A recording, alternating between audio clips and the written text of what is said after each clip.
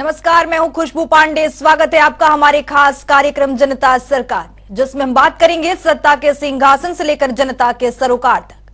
साथ ही हम आपको बताएंगे प्रदेश सरकार की हर उस योजना के बारे में जिनका सीधा संबंध हरियाणा के जनता से है। योजनाएं प्रदेश के विकास को नई गति प्रदान करेंगी और हरियाणा की जनता का चहुमुखी विकास भी करेंगी, ताकि प्रदेश की जनता तरक्की की राह पर आगे बढ़े और हरियाणा प्रदेश निरंतर उन्नति की नई ऊंचाइयों को छूता हुआ प्रगतिशील रहे। तो अगले 30 मिनट तक बने रहिए हमारे साथ और देखते रहिए जनता सरकार।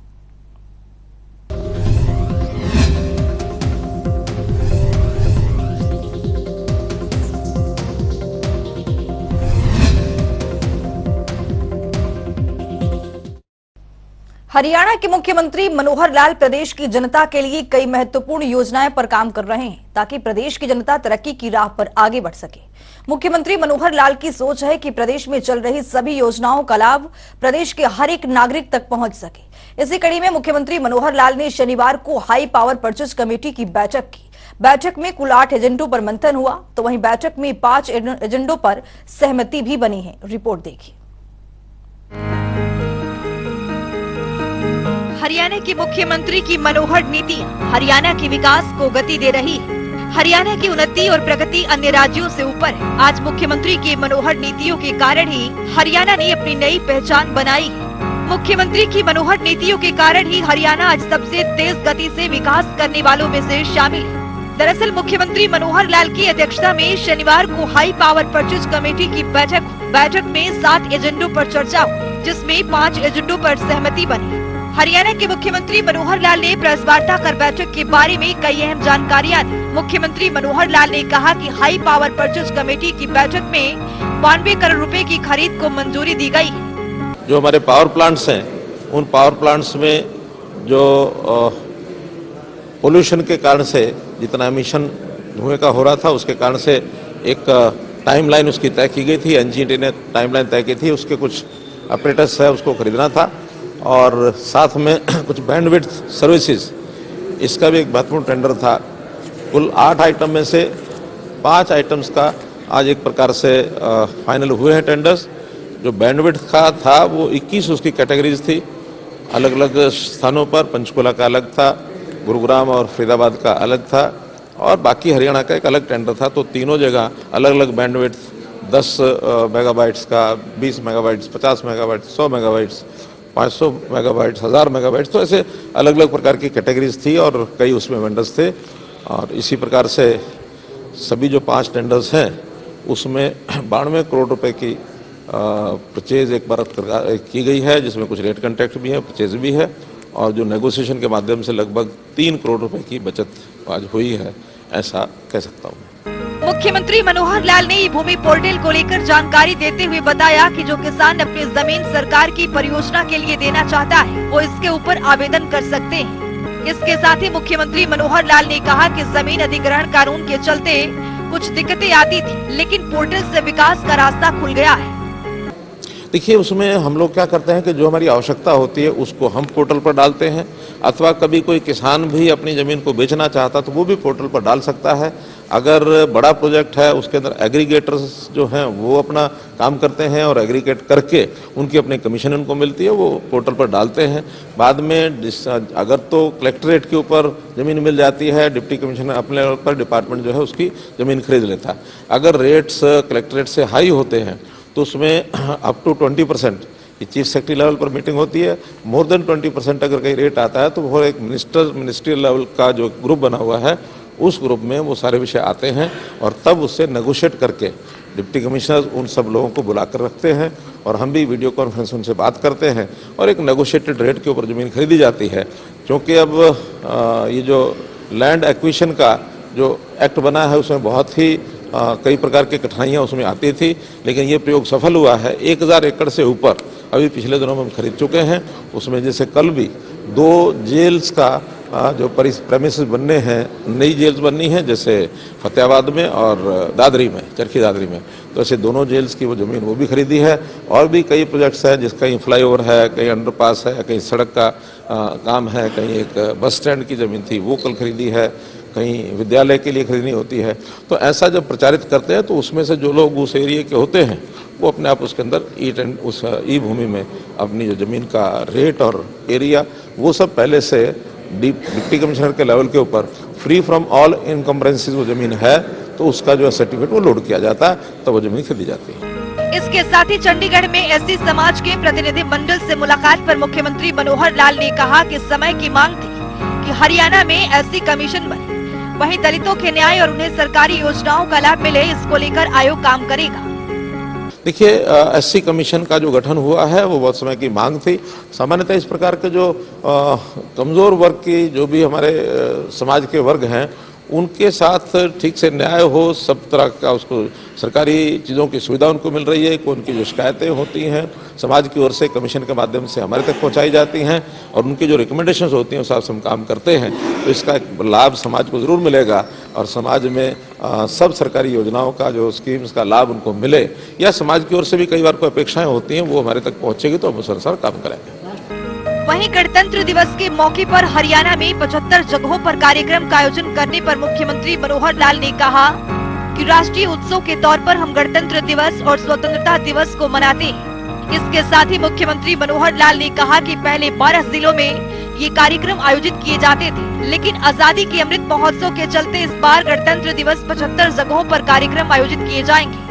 देखिए, ये जो राष्ट्रीय उत्सव होते हैं चाहे वो 15 अगस्त है 26 जनवरी है तो ऐसे अवसर पर ज़्यादा से ज़्यादा लोगों तक रीच बनाई जाए और जो भी चाहे शिक्षा जो संस्थान है उनके माध्यम से अथवा जो एडमिनिस्ट्रेशन के माध्यम से कार्यक्रमों का आयोजन होता है। पहले केवल 22 जिला केंद्रों पर प्रदेश की ओर से मनाए जाते थे, अब हमने उसकी संख्या 75 कर दी है।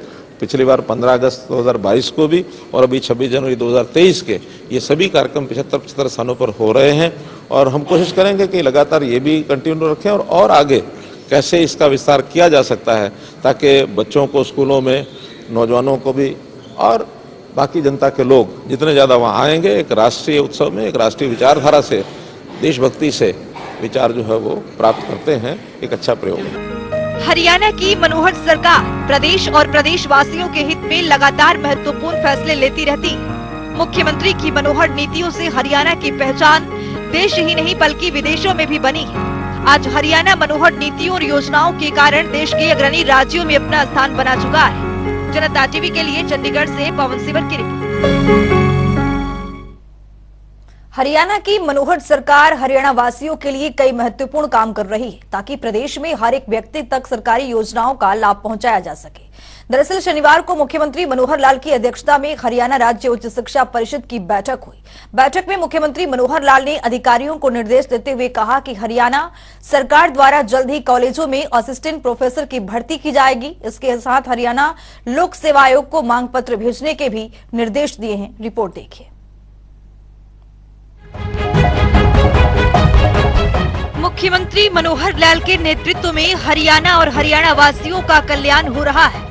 नागरिक हरियाणा सरकार की मनोहर योजनाओं का लाभ उठा रहे हैं। जन कल्याण के लिए मुख्यमंत्री लगातार मनोहर नीतियों और कार्यक्रम पर काम कर रहे हैं। इन सब की वानगी तब देखने को मिली जब मुख्यमंत्री मनोहर लाल ने शनिवार को हरियाणा राज्य उच्च शिक्षा परिषद की बैठक की अध्यक्षता की। इस दौरान मुख्यमंत्री मनोहर लाल ने निर्देश देते हुए कहा कि विश्वविद्यालयों में चल रहे सेल्फ फाइनेंस के कोर्स में बच्चों का अधिक रुझान बढ़े। इसके लिए प्रयास किए जाएं कि इसके अलावा विश्वविद्यालयों को वित्तीय रूप से अपने संसाधन जुटाने पर भी विशेष ध्यान दिया जाना चाहिए।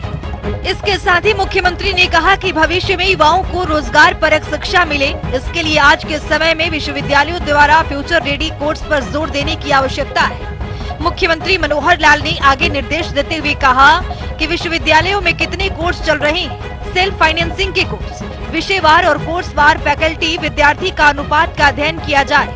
इसके लिए एक टीम बनाई जाए जो विश्वविद्यालयों का दौरा कर इन सभी बिंदुओं पर रिपोर्ट भेजे। इसके अलावा मुख्यमंत्री मनोहर लाल ने शिक्षकों से संबंधित पदोन्नति के मामले में child care leave, study leave या अन्य मामलों को एक तय समय अवधि में निपटाने के निर्देश दिए।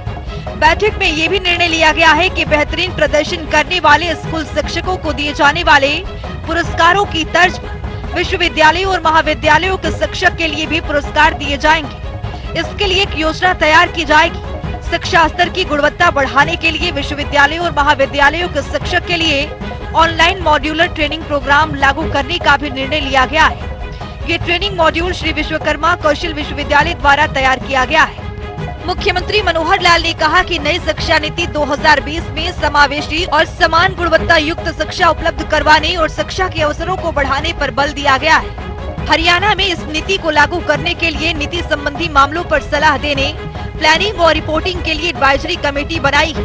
इसके अलावा इम्प्लीमेंटेशन कमेटी और टास्क फोर्स का भी गठन किया गया। बैठक में बताया गया कि मुख्यमंत्री के निर्देशानुसार उच्च शिक्षा विभाग द्वारा शिक्षकों की नई हस्तांतरण नीति तैयार का प्रारूप तैयार कर लिया गया है।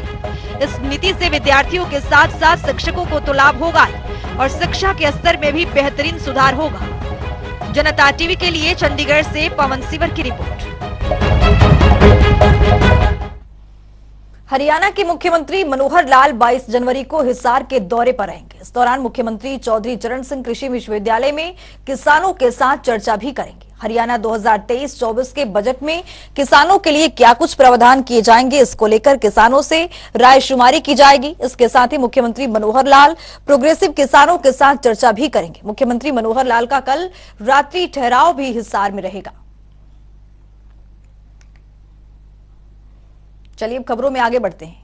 हरियाणा प्रदेश मुख्यमंत्री मनोहर लाल के नेतृत्व में विकास के पथ पर आगे बढ़ रहा है। मनोहर नीतियों और योजनाओं से हरियाणा के नागरिक प्रगति और उन्नति के पथ पर आगे बढ़ रहे हैं। इसी कड़ी में हरियाणा के एससी समाज के प्रतिनिधिमंडल द्वारा आयोजित अभिनंदन समारोह रखा गया, जिसमें मुख्यमंत्री मनोहर लाल ने शिरकत की। इस दौरान सीएम ने कहा कि आयोग का मुख्य कार्य समाज की आवश्यकताओं के अनुरूप नई व्यवस्थाओं का निर्माण करना होता है। रिपोर्ट देखिए। हरियाणा के मुख्यमंत्री मनोहर लाल ने अनुसूचित जाति आयोग गठन पर एससी समाज के प्रतिनिधि मंडल द्वारा आयोजित अभिनंदन समारोह में शिरकत की। इस मौके पर मुख्यमंत्री मनोहर लाल ने कहा कि हरियाणा में अनुसूचित जाति आयोग का गठन अनुसूचित जाति के लोगों के अधिकारों को सुरक्षित रखने और उन्हें मजबूती प्रदान करने के लिए किया गया है। इसमें हरियाणा के सभी एससी जाति वर्गों से सदस्य बनाने का प्रयास किया गया है। उन्होंने कहा कि आयोग का मुख्य ध्येय सरकार के साथ साथ जनता के बीच बेहतरीन तालमेल बनाना है। आयोग का काम समाज हित में सरकारी व्यवस्थाओं का उपयोग और समाज की आवश्यकताओं के हिसाब से नई व्यवस्थाओं का निर्माण करना है। इसके साथ ही मुख्यमंत्री ने कहा कि आयोग को घर परिवार, गली मोहल्ले, शहर तक समाज के सभी लोगों की जानकारी होनी चाहिए और उनकी समस्याओं का समाधान करने में भी अपनी अहम भूमिका निभानी चाहिए। एससी कमीशन बना है, उसमें खुशी सबको है, आपको भी है, मुझे भी है।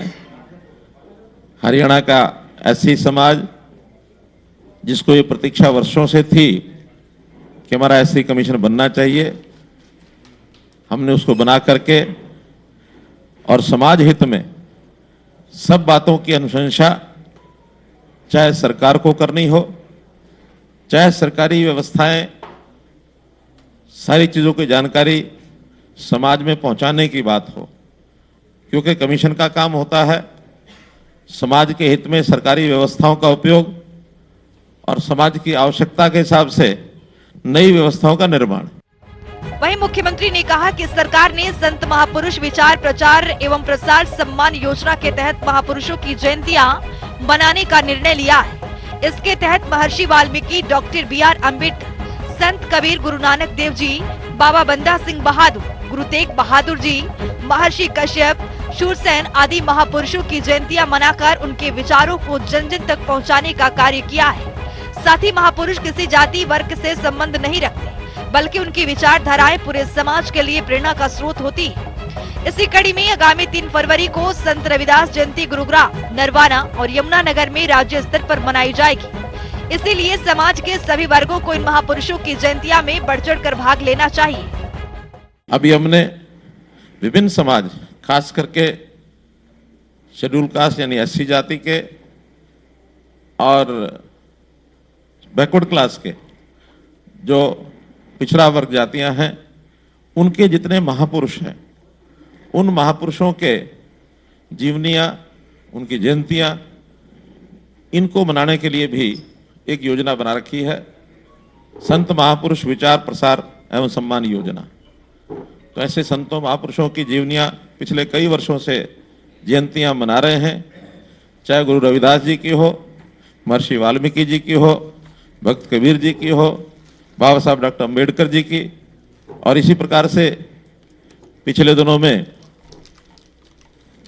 जो गुरु सिख गुरु हैं, उन सिख गुरुओं की जयंतियां या जो 100वें वर्ष जैसे कई बार मनाए गए हैं, गुरु गोविंद सिंह जी का 400 साला कार्यक्रम, गुरु तेग बहादुर जी का, इसी प्रकार से बंदा वीर बैरागी का, गुरु नानक देव जी का, इनके वार्षिक या 100 वर्षीय जयंतियां इनको मनाने का काम भी किया है।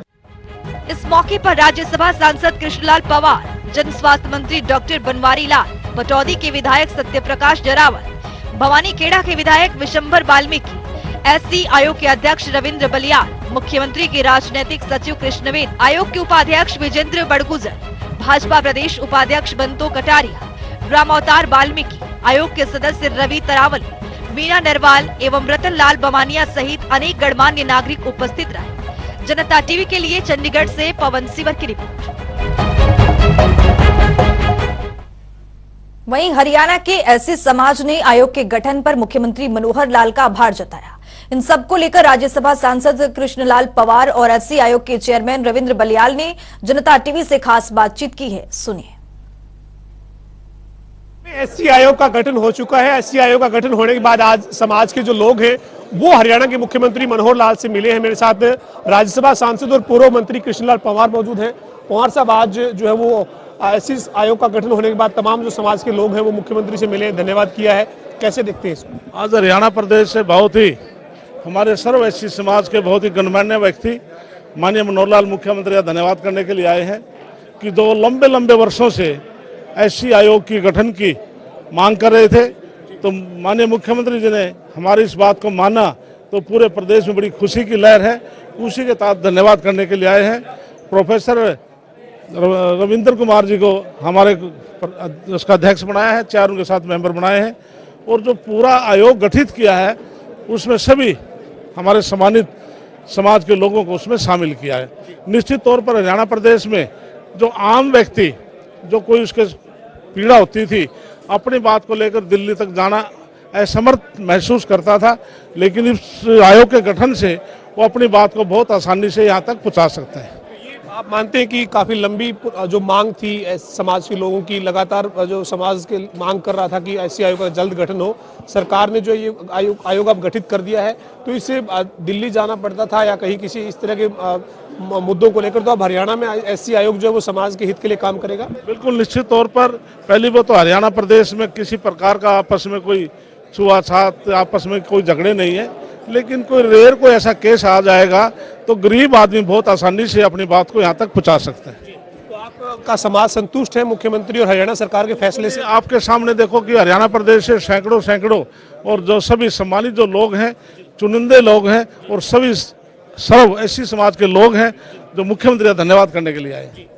धन्यवाद। बातचीत करेंगे। हमारे साथ हरियाणा के जो राज्यसभा से सांसद है कृष्णलाल पवार, वो मौजूद थे। कृष्णलाल पवार का कहना है कि समाज के लोगों की मांग को पूरा किया है हरियाणा के मुख्यमंत्री मनोहर लाल ने, और इसी के चलते जो है वो आज तमाम जो समाज के प्रतिनिधि हैं, वो समाज के लोग खुश थे। मुख्यमंत्री से मिलने के बाद आभार व्यक्त करने के लिए जो पहुंचे, संतुष्ट नजर आए सरकार के फैसले से। देखिए, ये खचाखच भरा हुआ है, ये हाल है, और पूरे हरियाणा प्रदेश से प्रमुख लोग आए हुए हैं समाज के, और मुख्यमंत्री जी ने, जैसे वो मुख्यमंत्री जी का धन्यवाद करने, मुख्यमंत्री जी ने उनका बड़े खुश दिल होकर उनका स्वागत किया और उनको विश्वास दिलाया कि आपकी जो सभी समस्याएं हैं, सरकार जो करना चाहती है, आयोग के माध्यम से उनको पूरा किया जाएगा। हमारे साथ एससी आयोग हरियाणा के चेयरमैन प्रोफेसर रविंद्र सिंह बलियाला थे। इससे पहले आप जो है वो हरियाणा के राज्यसभा के सांसद कृष्णलाल पवार थे, जिनका यही कहना है कि सरकार ने आयोग का गठन किया, इससे समाज के लोग जो है वो काफी संतुष्ट हैं, और आज मुख्यमंत्री मनोहर लाल का आभार व्यक्त करने के लिए तमाम जो लोग हैं वो चंडीगढ़ पहुंचे हैं। वीडियो जर्नलिस्ट विजेंद्र सिंह के साथ पवन सिंह, जनता टीवी, चंडीगढ़। हरियाणा के जेल मंत्री रणजीत सिंह से जनता टीवी ने खास बातचीत की है। इस दौरान जेल मंत्री रणजीत सिंह ने कहा कि कई अहम जानकारियां दी। फतेहाबाद में 45 एकड़ पर नई जेल बनेगी और नई जेल के लिए जमीन की खरीद को मंजूरी मिल चुकी है। साथ ही उन्होंने बताया कि पिछले 3 साल में जेल व्यवस्था में सुधार को लेकर कई बड़े कदम उठाए गए हैं। सुनिए क्या कुछ कह रहे हैं रणजीत सिंह चौटाला। हरियाणा के मुख्यमंत्री मनोहर लाल की अध्यक्षता में high power land purchase committee की बैठक हुई है, जिसमें फतेहाबाद जिले में नई जेल बनाने के लिए 45 एकड़ जमीन दिए जाने का फैसला हुआ है। और इसके साथ ही हरियाणा में जेलों को लेकर और किस तरह के सुधार सरकार कर रही है और प्रदेश में जेलों की व्यवस्था पर बातचीत करने के लिए मेरे साथ हरियाणा के ऊर्जा एवं जेल मंत्री चौधरी रणजीत सिंह चौटाला मौजूद है। सर, मुख्यमंत्री जी की अध्यक्षता में एक बैठक हुई है, एक फतेहाबाद में नई जेल के लिए जमीन ली गई है और किस तरीके से जेल कहाँ बन रही है, क्या तैयारी है सर? ये बिगट रोड पे है। आप समझिए कि फतेहाबाद से कोई 7 किलोमीटर दूर बन रही है। पहले 2-3 प्रपोजल है। एक बार 55 लाख रुपए एकड़ में देती है, हमें कोई 39.5 रुपए, 39.5 भी नहीं, शायद 38.5 के आसपास है पर एकड़ के रेट से मिली है। और क्योंकि बहुत दिन से लंबित थी तो हमें चाहिए थी, ज़रूरी था। हमारी जेलों में जो लोगों के रहने की है 20 जेलों में व्यवस्था, वो कोई 22,000 लोगों की है, जबकि हम पे कोई 25-26 हज़ार लोग हैं। तो थोड़ी दिक्कत भी थी, बननी थी। एक दादरी भी बननी थी, एक ये थी। तो फतेहाबाद का तो कल फाइनल कर दिया हमने, हाँ, 45 एकड़ ज़मीन देने का। और इसके बाद दादरी वाला मामला है, उसमें कुछ लोगों की राय थी कि शायद पंचायत दे दे। ज़मीन भी महंगी थी, हमें कोई 65 लाख रुपए पर एकड़ के हिसाब से रेट आए थे। तो हमने थोड़े दिन वेट कर ली कि अगर पंचायत को लिख के देती है, फ्री में मिल जाए तो सरकार का फ़ायदा है। पर वो भी देखते हैं, अगर जल्दी हमें कोई प्रपोजल मिल गई ठीक है, नहीं दोबारा फिर करके जल्दी करेंगे। इसी तरह से सर, अंबाला की जो जेल है उसको लेकर भी जो है वो आपने एक उसको बाहर शिफ्ट करने की तैयारी की है और फतेहाबाद में नई जेल बन रही है, इसी तरह से दादरी में नई जेल बन रही है और भी कहीं कोई नई जेल बनने का प्रस्ताव है सर? हमारा रोहतक तो एक बन रही है, ऑलरेडी बन रही है। अभी फतेहाबाद की हमारी शुरू हो जाएगी, जो फाइनल कर दी। दादरी का है, एक अंबाला भी हम देख रहे हैं। अंबाला का ये है कि अंबाला में जेल जो है वो बहुत पुरानी हो गई, तो उसकी जगह नई बननी है। हम देख रहे हैं, अभी कोई पहले लैंड मिलेगी तो उसके बाद फिर बनाने का करेंगे। सर, जेलों के सुधार के लिए जो है वो जिस तरह से इस तरह के कई बार मामले सामने आते हैं कि सिक्योरिटी जो है वो जेलों में बेहतरीन होनी चाहिए, उस तर्ज पर रोहतक की सुनारिया जेल या फिर आसपास कोई बड़ी जेल जो सिक्योरिटी के तौर पर बहुत बड़ी जेल बनने जा रही हो? रोहतक बन रही है, जो सबसे बड़ी, जिसे हम हाई टेक्नोलॉजी की कह दें, हाई सिक्योरिटी जेल कह दें। उसमें 50 जैमर लगेंगे और उसमें हमने जो सिक्योरिटी रखी है वो भी 3 टायर रखी है। जैसे उसमें CRPF भी हो सकती है, ITBP भी हो सकती है और हमारी भी एक अपनी सिक्योरिटी रहेगी, ताकि उसके अंदर कोई भी आदमी अपराधी ना घुस सके। जो खूंखार अपराधी हैं या हार्ड क्रिमिनल्स हैं, उनको हम उस जेल में रखेंगे। जो जेलों में और ज़्यादा व्यवस्था को बेहतर करने के लिए सर, क्या कैदियों के लिए किस तरह के फैसले किए गए हैं पिछले 3-3.5 साल के कार्यकाल में, जब से आप प्रदेश के जेल मंत्री हैं? देखिए, हमने काफ़ी करे। एक तो पहले हमारे जितने स्टूडेंट जेल थे उनके पास अपनी गाड़ियाँ नहीं होती थी, हमने सभी को स्कॉर्पियो नई गाड़ियाँ दे दी। सभी अब यूनिफॉर्म में रहेंगे, सबको एक मोबाइल दे दिए। इसके बाद खाने में बहुत हमने बेहतर करा है। पहले से जो खाना मिलता था उससे अब हमने कई चीज़ें अंडर कंसिडरेशन है, जिसमें पहले की डाइट को तो बहुत सुधार दिया। अब खाना बहुत बेहतर है। मैं भी सब जेलें विजिट करी है, मुझे सब लोगों ने बताया। बाकी हम अभी उन्हीं कैलोरीज में हम देख रहे हैं कि उन्हें कुछ मीठा कुछ डिश दे सकें हफ्ते में 2 दिन, जैसे पीनी हो या चूरमा हो या खीर हो या हलवा हो। ऐसा मतलब हमें वो 2200 जो कैलोरीज दी जाती है उसी में उन्हें देने के मामले में कर रहे हैं। तो बड़ा तेज़ी से इस मामले पे आगे बढ़ रहे हैं। मेरे ख्याल में जल्दी ये फैसला हो जाएगा। और दूसरा ये भी अभी अंडर कंसिडरेशन है कि सर्दी बहुत पड़ी, अब के 10 साल का रिकॉर्ड टूटा। तो जो 60 साल के बुजुर्ग हैं या महिलाएं जो हैं, उन्हें कहीं भी जेलों में अब तक ये व्यवस्था नहीं है। हम गर्म पानी देने की व्यवस्था करें कि जो एज पर्सन नहीं, लोग जेलों में 10-10 दिन नहाते नहीं, ये हालात थोड़े, ठंड बहुत ज़्यादा थी, तो वो भी अंडर कंसिडरेशन हम शायद जल्दी से लागू करेंगे। और इसके अलावा हम ये कह रहे हैं कि पहले जैसे 5 मिनट बातचीत करते थे, अब उसे बढ़ा दिया, 10 मिनट कर दिया। हम उसमें जैसे अवधेशानंद जी हैं, आपके ये ज्ञानानंद जी हैं, ऐसे जो अच्छी संस्थाएं हैं उनके लोग आए, प्रचार करें लोगों को। कोई संगीतकार भी आए, वो उन्हें अच्छे प्रोग्राम दें ताकि लोगों का मन बदले, उन्हें हम सुधारने का काम करें। हम उन्हें कैदी समझ के नहीं, क्योंकि जेल से जब कोई छूट के जाता है पूरी टर्म करके, बाहर जब नौकरी पे जाता है, जब ये पता लगे कि तो कैदी है, जेल से आया, तो उसे कोई नौकरी भी नहीं रखता। तो हम उसकी इमेज बनाना चाह रहे हैं। जैसे हमने पेट्रोल पंप शुरू कर दिया एक, अभी हमें कुरुक्षेत्र कराया, उसमें हमें रोज़ 50,000 की इनकम, आप मान के चलें कि एक दिन की इनकम है, सबसे ज़्यादा उसकी सेल हो रही है। ऐसे 11 और जेलें हैं जो हमारे जिन पे हमने प्रपोज्ड है, अभी उन पे भी पेट्रोल पंप लगाने जा रहे हैं। तो इससे हमारी आमदन बढ़ेगी। लोग जो अंदर हैं उन्हें मोटिवेट कर रहे हैं कि तुम अच्छे बनो, बाहर जाओ, लोगों में करो। उनके बाहर जब वो जिनका कंडक्ट अच्छा है, जो टाइम से पैरोल से आ गए, उन लोगों को बाहर हम ड्यूटी पर लें, हम पेट्रोल डालने के लिए थोड़ा सा अंडर सर्विलेंस रहता है। हमारी अपनी उसके कमेटीज़ रहती है जो निगरानी करती है, और उन्हें ये होता है कि अंदर जब जाते हैं तो दूसरे जेल वालों को बहुत मोटिवेशन मिलता है कि भाई अगर हम ठीक बनेंगे, हमारा कंडक्ट ठीक होगा, तो हमें भी ये मौका मिलेगा जो इनको मिल रहा है। ये करके हम इस पे कर रहे हैं। सर, अभी हाल ही में अम्बाला में एक मामला सामने आया है, सुरक्षा की, जेल की सुरक्षा की बात हो रही है। अम्बाला में एक मामला सामने आया है जिसमें एक कैदी के ऊपर जो घटनाक्रम हुआ है, उस मामले की जानकारी ली गई है सर, किस तरह से हुआ है? इसके बाद हमारे आईजी विजिट करके आए हैं, एक्सपर्ट वहाँ गए हुए हैं, हमारे होम मिनिस्टर भी कल विजिट करके आए हैं। अब उसमें टोटल इंक्वायरी देख रहे हूँ किस साइड से, क्योंकि हमारी दीवारें चारों तरफ ऊंची हैं। एक जहाँ जिस तरफ महिलाएं हैं उस तरफ वो लास्ट दीवार का अंदर का महिलाएं जब बैठी हो 20 फीट का फासला है, बहुत ज़्यादा फासला है। तो वो कोई जो पहले टाँके गिरा अब तक जो उसका साइज़ है उससे ये अंदाजा है कि वो SLR की गोली है। पर अभी हमने उसे मधुबन भेजा है, वो गिरी है, उसकी रेंज बहुत होती है, वो 3 किलोमीटर तक जाती है। और वो बुलेट जब आखिर अगर वो 5 फुट वो महिला आगे होती है तो उसका लास्ट पॉइंट था जहाँ के, तो उसका ज़्यादा वो खाली अंदर गई नहीं तो SLR की गोली चलती है तो 3 आदमी खड़े हो तो तीनों के अंदर से निकल जाएगी। बहुत स्ट्रॉन्ग होती है, बहुत पावरफुल होती है। तो ये उसका आखिरी अंदाजा है कि ये बाहर से कोई SLR का है। एयरफोर्स स्टेशन भी उधर है, किस तरफ से आई है ये अभी ज़रा हम देख रहे हैं। हमारे साथ हरियाणा के ऊर्जा एवं जेल मंत्री चौधरी रणजीत सिंह चौटाला थे, जिन्होंने कहा है कि हरियाणा में फतेहाबाद में नई जेल बनाने के लिए जमीन को मंजूरी दी गई है, जमीन खरीद ली गई है। इसके साथ ही चरखी दादरी में भी नई जेल जो वो सरकार बनाने जा रही है। वीडियो जर्नलिस्ट विजेंद्र सिंह के साथ पवन सिंह और जनता टीवी, चंडीगढ़। तो चलिए अब जान लेते हैं कि आज के इस सवाल का विजेता कौन है।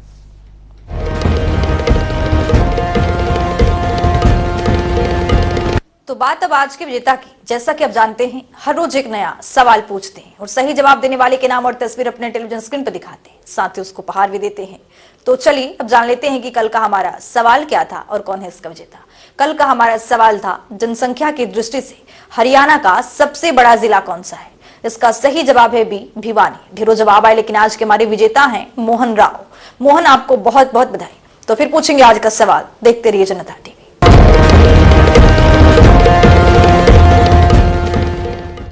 तो चलिए अब जान लेते हैं कि आज के इस सवाल में क्या कुछ है।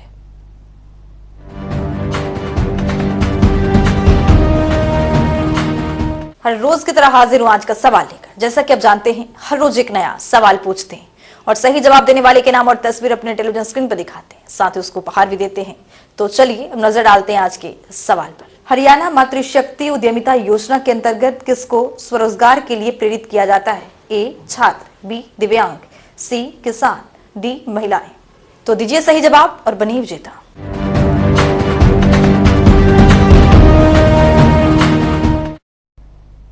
तो हमारे खास कार्यक्रम जनता सरकार में आज के लिए इतना ही। नमस्कार।